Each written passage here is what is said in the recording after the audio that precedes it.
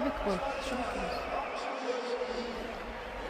هذا بالنسبة لأكتوبر فيست فعلا ريا.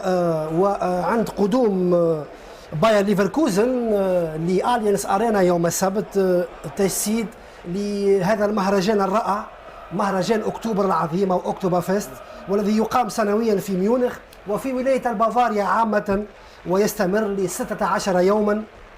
ويعتبر هذا المهرجان من أهم الفعاليات التي تقام في بلاد جوت، ويشارك فيها تقريبا 6 ملايين شخص. يعني أكتوبر فيست ب6 ملايين شخص، وبالأزياء التقليدية، واستعراض يعني لتراث ولاية البافاريا، وهي ولاية جنوب ألمانيا تضم مدينة ميونخ، كذلك نورنبرغ ومدن أخرى. طبعا هي منطقة إدارية تحديدا، منطقة إدارية في ألمانيا ولاية البافاريا. وقبل نزول لاعبي بايرن ميونخ يعني تم تقديم هذه اللوحة الراقصة. وكما قلنا الموضوع الرئيسي أكتوبر فيست أو حفل أكتوبر العظيم. تاريخيا كذلك نذكر المشاهدين الكرام بأن الأمير لودفيك الذي كان أيضا يعني ملكا لهذه الولاية بدأ يعني مسألة الاحتفال بشهر أكتوبر العظيم حسب التسمية. وطبعا يتم الاحتفال بأكتوبر العظيم منذ شهر سبتمبر ريا.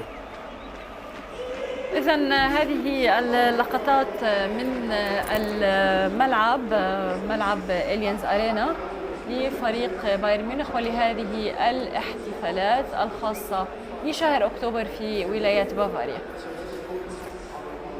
يعني نعيش أمور بعيدة عن أجواء كرة القدم، أجواء طبعًا فنية طبعًا داخل الملعب، أجواء احتفالية، أجواء استعراضية جميلة جدا.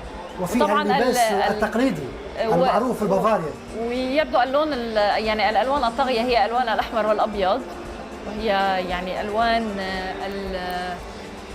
ملابس فريق البايرن ميونخ أيضا. فعلا الأكتوبر فيست يعني كموعد سنوي ثابت ومميز في ولاية البافاريا. وهذا الحفل الفني قبل انطلاق مباراة بايرن ميونخ وباير ليفركوزن.